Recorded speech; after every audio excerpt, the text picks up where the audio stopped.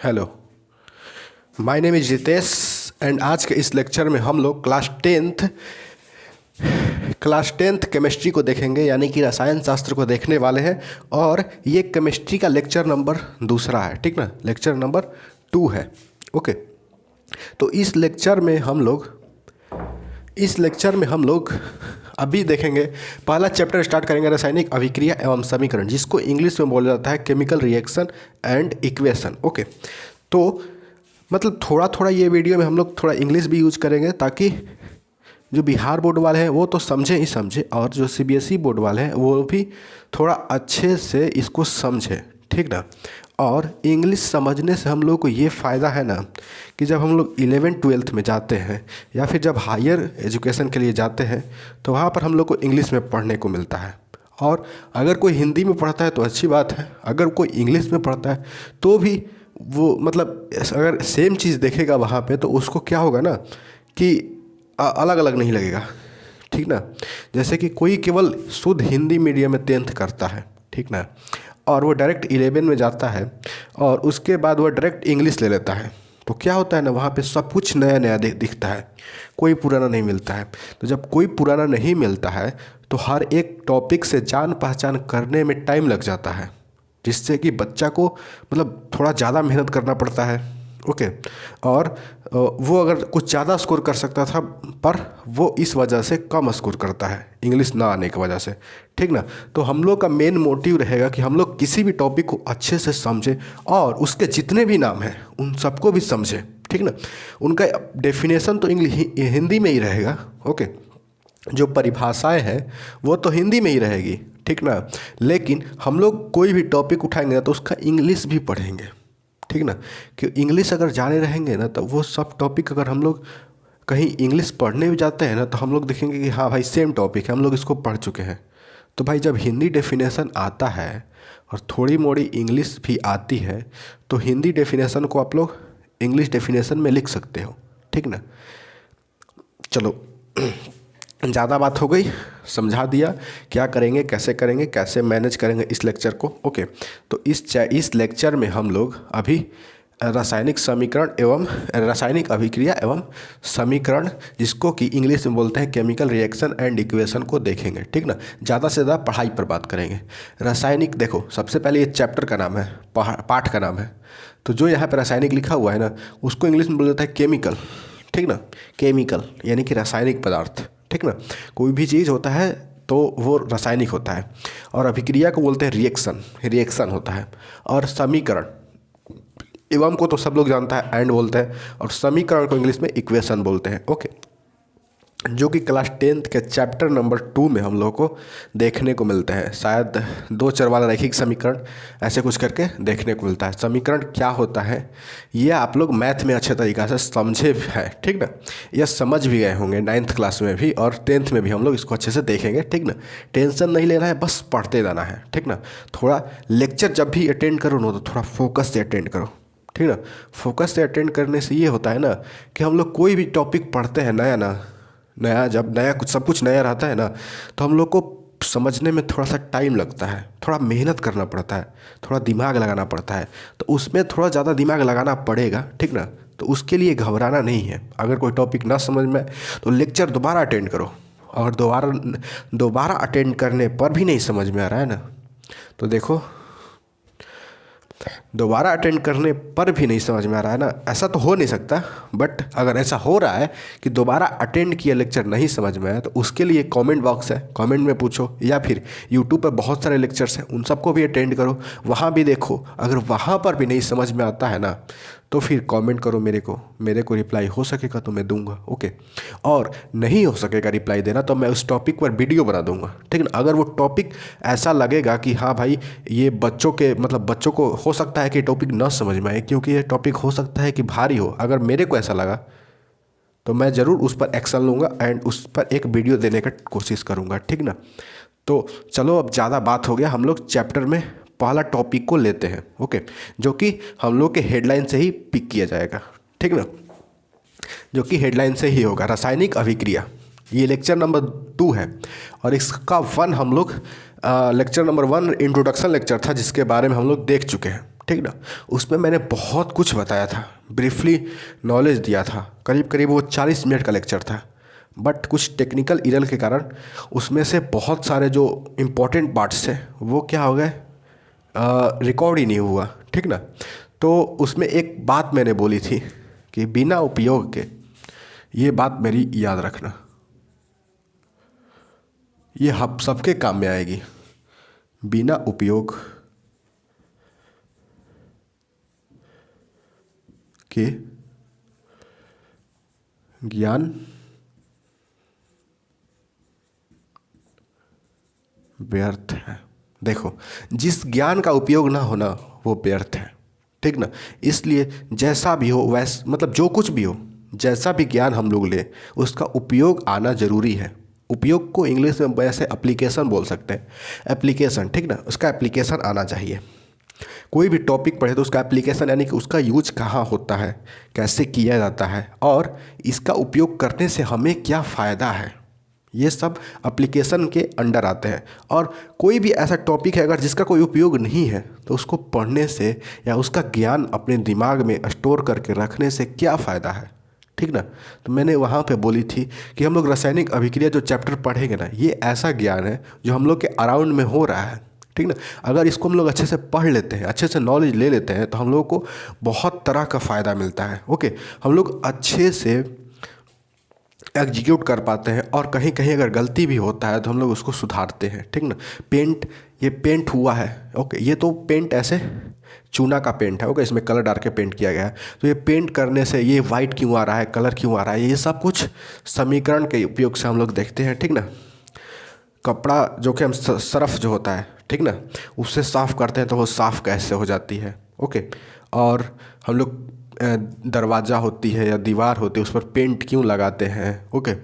या फिर कुछ भी नया सामान खरीदते हैं तो उस पर पेंट, जैसे पंखा खरीदे नया तो उस पर पेंट लगी हुई आती है, क्यों आती है, ये सब हम लोग इस चैप्टर के अंडर में पढ़ेंगे, या फिर केमिस्ट्री के अंडर में पढ़ना होता है, क्योंकि ये सब केमिस्ट्री है। और हार्मोन क्या है, केमिकल्स है, ओके, जो कि हमारे बॉडी के अंदर रिलीज होता है, और वही केमिस्ट्री है, ठीक ना। हमारा बॉडी भी जो है, ह्यूमन बॉडी, ठीक ना, वो कैसे जिंदा है, तो केमिस्ट्री की वजह से जिंदा है। अगर केमिस्ट्री ना हो तो ह्यूमन बॉडी भी ना हो और ह्यूमन ही ना हो, ठीक ना। हम लोग सांस ले रहे हैं भी ना, तो बस इसी की वजह से, ठीक ना। जब हम लोग सांस लेते हैं तो O2 यानी कि जिसको ऑक्सीजन बोला जाता है, और अंदर जाता है तो अभिक्रिया करता है कार्बन के साथ और बन जाता है CO2, ठीक ना। तो हम लोग ये सब पढ़ेंगे। हम लोग इसको इसलिए पढ़ेंगे क्योंकि ये हम लोग को ये याद दिलाता है कि हम लोग इसी की वजह से ज़िंदा है, ठीक ना। और हमको ये समझने में मदद मिलेगा कि हम लोग इसकी ज्ञान से हम लोग अपने जीवन को सरल बना सकते हैं, ठीक ना, इजी बना सकते हैं। और एग्ज़ाम में भी इसका उपयोग होता है, क्योंकि एग्ज़ाम में इससे भी सवाल आते हैं। तो मेरा आशा ये होगा, अब मेरी कोशिश ये होगी ना कि मैं आपके सारे डाउट और सारे जो उपयोगी जो इसमें है, उपयोगी यानी कि यूजफुल जो टॉपिक्स हैं, जो उनके डिस्क्रिप्शन है यानी कि जो उनकी व्याख्या है, मैं आपके सामने करूं, और एग्ज़ाम में आप लोग ज़्यादा से ज़्यादा नंबर स्कोर करो और इसका ज़्यादा से ज़्यादा यूज करो, ठीक ना। इसका देखो, डेली लाइफ में कहीं भी कुछ भी देखे ना, जब मैं यहाँ पे बोलूँ, हम लोग यहाँ पे, हम बोला ना मैं कि यहाँ पे O2 लिए हम लोग और CO2 छोड़ रहे हैं, यानी कि ऑक्सीजन ले रहे हैं, कार्बन डाइऑक्साइड छोड़ रहे हैं। तो इसको रिलेट करो खुद से, तब हम लोग इसको अच्छे से समझ पाएंगे। जब मैं पढ़ रहा था, जब मैं पढ़ता हूँ तो मैं रिलेट करता हूँ चीज़ों को, कि भाई जो अभी मैंने ऑक्सीजन लिया, या बार बार याद करो, अभी मैंने सांस लिया, क्या लिया, ऑक्सीजन लिया। ऑक्सीजन ही नहीं ली, हम लोग जो वातावरण है जो हम लोग का, उसमें बहुत तरह के गैस हैं, ठीक ना। हम लोग उन सारे गैसों को लेते हैं, अंदर जाता है तो वो रिफाइन होता है या प्यूरीफाई होता है, ठीक ना। ऑक्सीजन को अलग किया जाता है, बाकी सबको अलग किया जाता है, और ऑक्सीजन को अपने पास रख लिया जाता है और बाकी सब गैस को छोड़ दिया जाता है, ठीक ना। और ऑक्सीजन जब ब्लड के थ्रू हमारे सेल्स के पास पहुंचता है तो वो क्या करता है, वो CO2 से, कार्बन से अभिक्रिया करता है और वो बन जाता है CO2, ठीक ना। ऐसा कुछ प्रोसेस होता है। इसको बहुत मतलब डीपली मैं आपको बताऊंगा, ठीक ना। वो अभी तो ऊपर ऊपर बोल रहा हूँ ना, आपको मैं डीपली बताऊंगा, एक एक बात आपको बोलूँगा, समझाऊंगा क्या होता है, नहीं होता है, कैसे होता है। बस आप वेट तो करो, वेट करो, सब कुछ देखना फिर, ठीक ना। तो अभी बस इसमें आप लोग कुछ नोट कर लो, इसको नोट कर सकते हो और इसको भी नोट कर सकते हो कि हम लोग जो श्वास लेते हैं ना, उसमें किस गैस का उपयोग करते हैं, O2 का। O2 मीन्स ऑक्सीजन का, ठीक ना। ये संकेत है उसका। ऑक्सीजन का संकेत क्या होता है? O2 होता है। इसका परमाणु संख्या कितना होता है? 8 होता है, ठीक ना। अब कार्बन डाइऑक्साइड ये दो तत्वों से मिलकर बना है, एक कार्बन और ऑक्सीजन से। तो कार्बन का परमाणु संख्या 6 होता है और ऑक्सीजन का परमाणु संख्या 8 होता है, ठीक ना। तो इसको नोट करो जल्दी से, एक ऊपर में हेडलाइन दो, ये मोटिवेशन के लिए है, ठीक ना, कि बिना उपयोग का ज्ञान व्यर्थ है। ओके।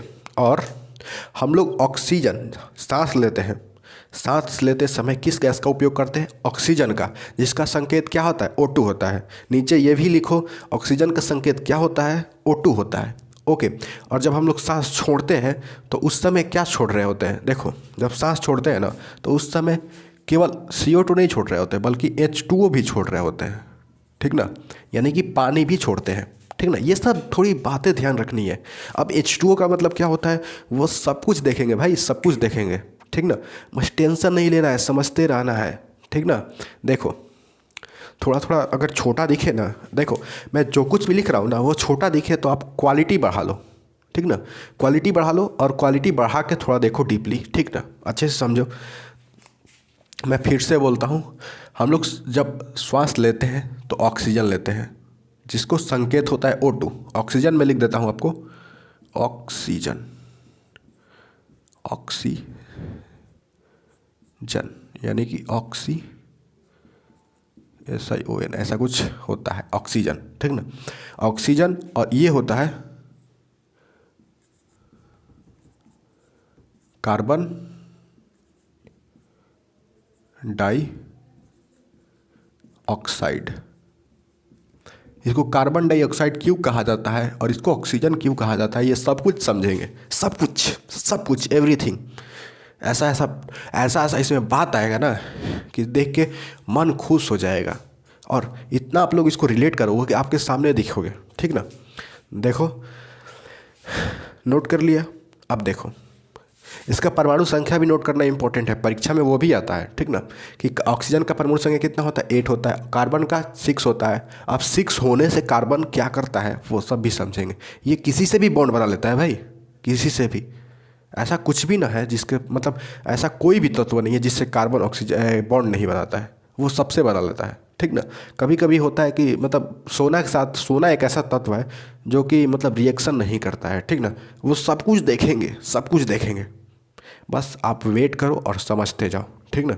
तो मैं जितना बोलूँ उतना नोट भी करते जाओ और उसको रिवीजन भी करते जाओ, साथ साथ फ़ायदा होगा, ठीक ना। टेंशन नहीं लेना है, समझ के ध्यान से समझते रहना है, ध्यान लगा के, ठीक ना। अभी मैं बार बार नहीं बोलूँगा, ठीक ना, क्योंकि कोई लोग इरिटेट हो जाएगा और वीडियो का जो जो क्या बोलते हैं वो ड्यूरेशन भी वो भी बढ़ रहा है, ठीक ना। देखो मैं फिर से बोलता हूँ, ऑक्सीजन यानी कि उसको हम लोग सांस लेते समय जब हम ले रहे हैं ना, इनहेल कर रहे हैं, अभी मैंने अंदर सांस खींचा, ठीक, तो अभी मैंने ऑक्सीजन भी खींचा, बाकी सब गैस भी खींचा। बस उपयोग में हम लोग किस गैस का लेते हैं? ऑक्सीजन को लेते हैं, ठीक ना। उसके बाद हम लोग छोड़ते क्या है? तो CO2 छोड़ते हैं, और उसके साथ साथ हम लोग H2O भी छोड़ते हैं। बाहर से भी हम लोग H2O लेते हैं, बट ज़्यादा मात्रा में नहीं लेते हैं, ठीक ना। मिलेगा ठीक, नहीं मिलेगा तो भी ठीक, ठीक ना। बट हम लोग जब भी ऑक्सीजन छोड़ेंगे ना, जब भी हम लोग छोड़ेंगे, कार्बन डाइऑक्साइड छोड़ेंगे या सांस छोड़ते हैं ना, तो हम लोग क्या करते हैं? H2O भी उसके साथ साथ छोड़ते हैं, ठीक ना।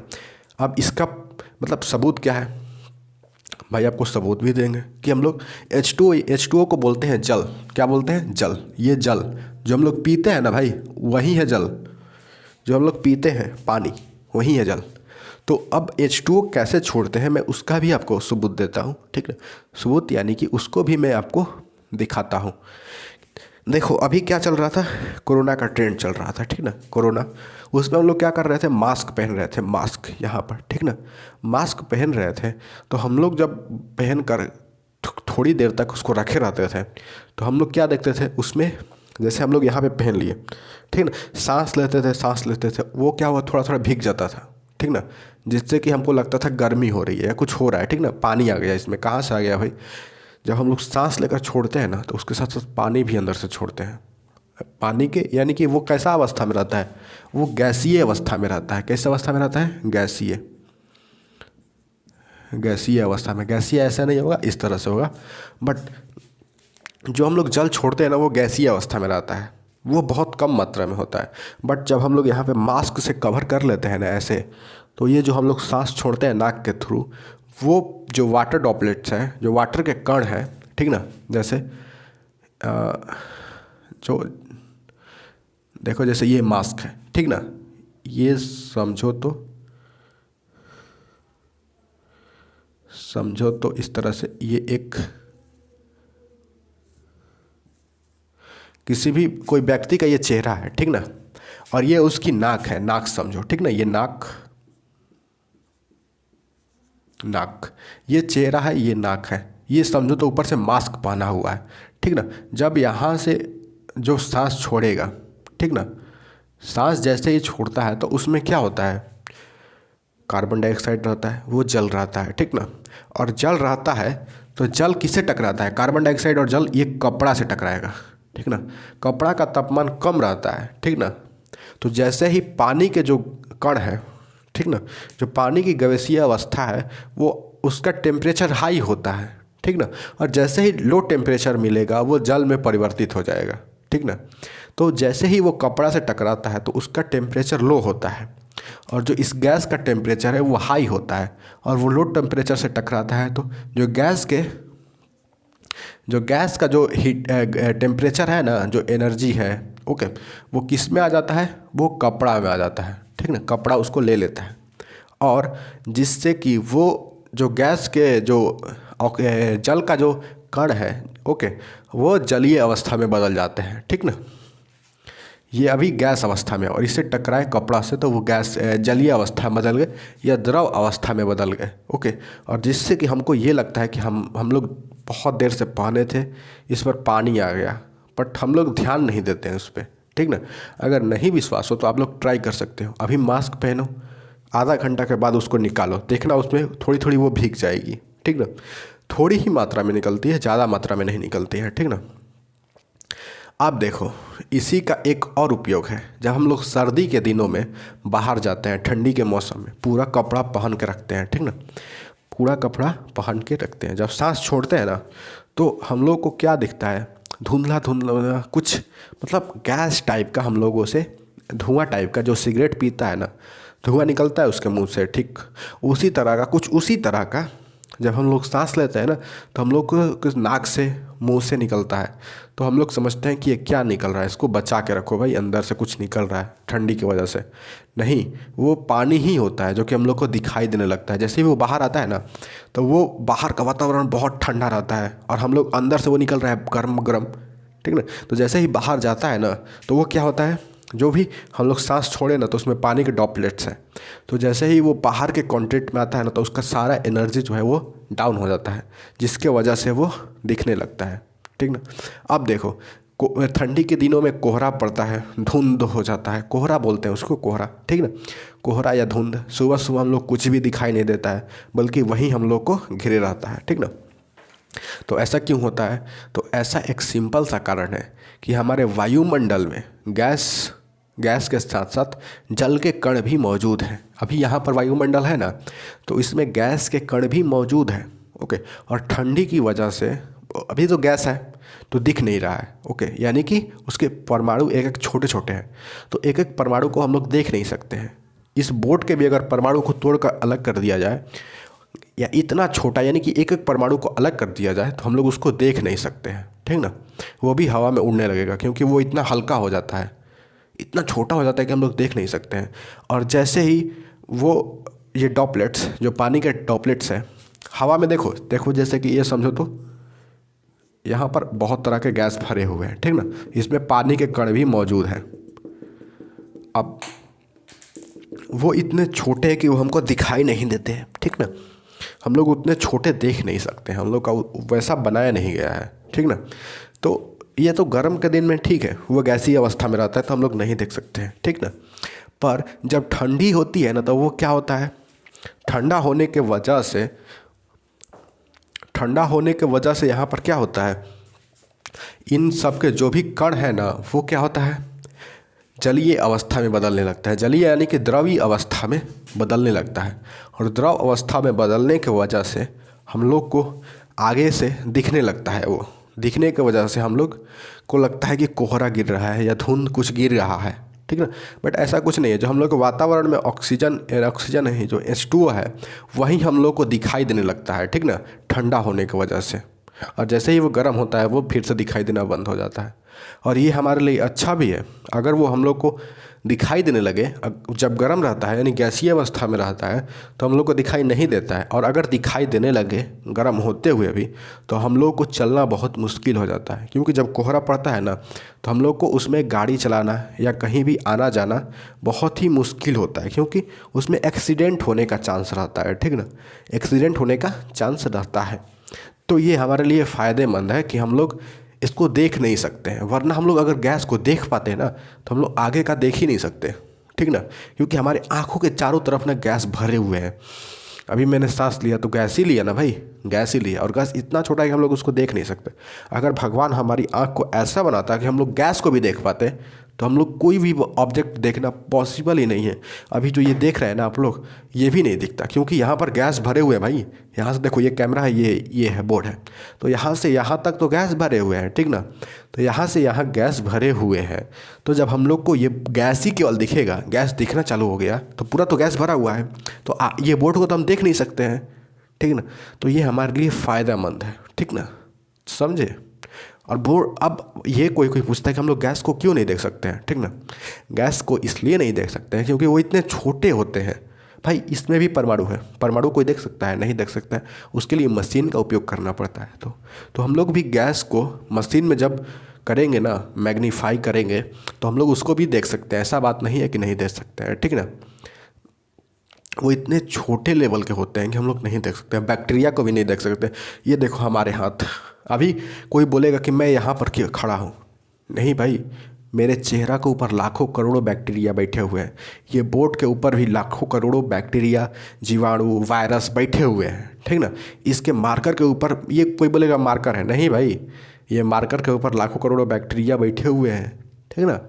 तो वो इतने छोटे हैं कि हम लोग उसको देख नहीं सकते हैं, ठीक ना। और ये हमारे लिए अच्छी बात है। अगर देख पाते तो हम लोग इस मार्कर को हाथ भी नहीं लगाते, ठीक ना। देखते कि अरे बाप रे, इसमें तो बहुत ज़्यादा में बैक्टीरिया भरे हुए हैं, मैं इसको हाथ क्यों लगाऊं, हाथ क्यों लगाऊं, कीटाणु भरे हुए हैं इसमें, ठीक ना। तो ये हमारे लिए अच्छी बात है कि हम लोग एक ज़रूरत से ज़्यादा छोटे चीज़ों को नहीं देख सकते, और ज़रूरत से ज़्यादा बड़े चीज़ों को भी, बड़े चीज़ों को तो खैर देख सकते हैं, ठीक ना। बट अगर कुछ बहुत बड़ा हो, बहुत बड़ा, तो हम लोग उस बड़े का जो भी, जैसे बहुत बड़ा है, ठीक ना, जैसे सूरज को ही ले लेते हैं, तो सूरज का एक ही हिस्सा देख सकते हैं हम लोग, दो हिस्सा नहीं देख सकते हैं उसका, ठीक ना। दो हिस्सा देख ही नहीं सकते हैं। अगर कुछ बहुत बड़ा हो तो उस बड़े का हम लोग केवल छोटा हिस्सा देख सकते हैं, ना कि पूरा का पूरा देख सकते हैं। हाँ, कब देख सकते हैं? जब उससे दूर जाएंगे तब, ठीक ना। ऐसा बहुत कुछ, बहुत ऐसे तो बहुत कुछ आपको बताना है, ठीक ना। समझ गए कि हम लोग इसको नहीं देखने से हम लोग को फ़ायदा है, ठीक ना। ओके। और अगर देखना है ना, तो हम लोग क्या करेंगे, अपनी आँख की जो देखने की क्षमता है उसको छोटा कर देंगे, यानी कि छोटे चीज़ों को देखने की कर लेंगे। और कैसे करते हैं? हम लोग माइक्रोस्कोप की सहायता से हम लोग देखने की क्षमता को बढ़ाते हैं, छोटे चीज़ों को भी देख लेते हैं, ठीक ना। माइक्रोस्कोप किसी भी चीज़ को 10 लाख गुना, 20 लाख गुना, इलेक्ट्रॉन माइक्रोस्कोप 20 लाख गुना बड़ा करके दिखाता है। यानी कि एक परमाणु को अगर 20 लाख गुना बड़ा करेंगे ना, 20 लाख गुना बहुत बड़ा होता है भाई। आई कांट इमेजिन, मतलब मैं इमेजिन भी नहीं कर सकता कि वो कितना बड़ा होता है। अगर धरती को 20 लाख बड़ा कर दिया जाए ना, तो वो सूरज के 2 गुना हो जाएगा। और सूरज इतना बड़ा है, इतना बड़ा है कि एक धरती, यानी कि धरती जैसे 10 लाख धरती चाहिए करीब करीब, वो सूरज के अंदर समा सकती है। इतना बड़ा है सूरज, ठीक ना। तो 20 लाख गुना कहने का मतलब बहुत बड़ा होता है भाई, बहुत बड़ा। तो तब हम लोग करीब करीब इतना बड़ा, ऐसे कुछ करके परमाणु देख सकते हैं। इतना बड़ा ठीक ठाक है, ठीक ना। इतना बड़ा हम लोग देख सकते हैं परमाणु। इसमें, इसी बोर्ड पे बोल रहा हूँ, इसी बोर्ड का मैं बोल रहा हूँ, इस बोर्ड का हम लोग परमाणु देख सकते हैं, इतना बड़ा मात्र। और सोचो 20 लाख गुना बड़ा हुआ तब इतना दिख रहा है, ठीक ना। चलो, अभी मैंने ज़्यादा बोल दिया, बहुत कुछ आपको बता दिया, ठीक ना।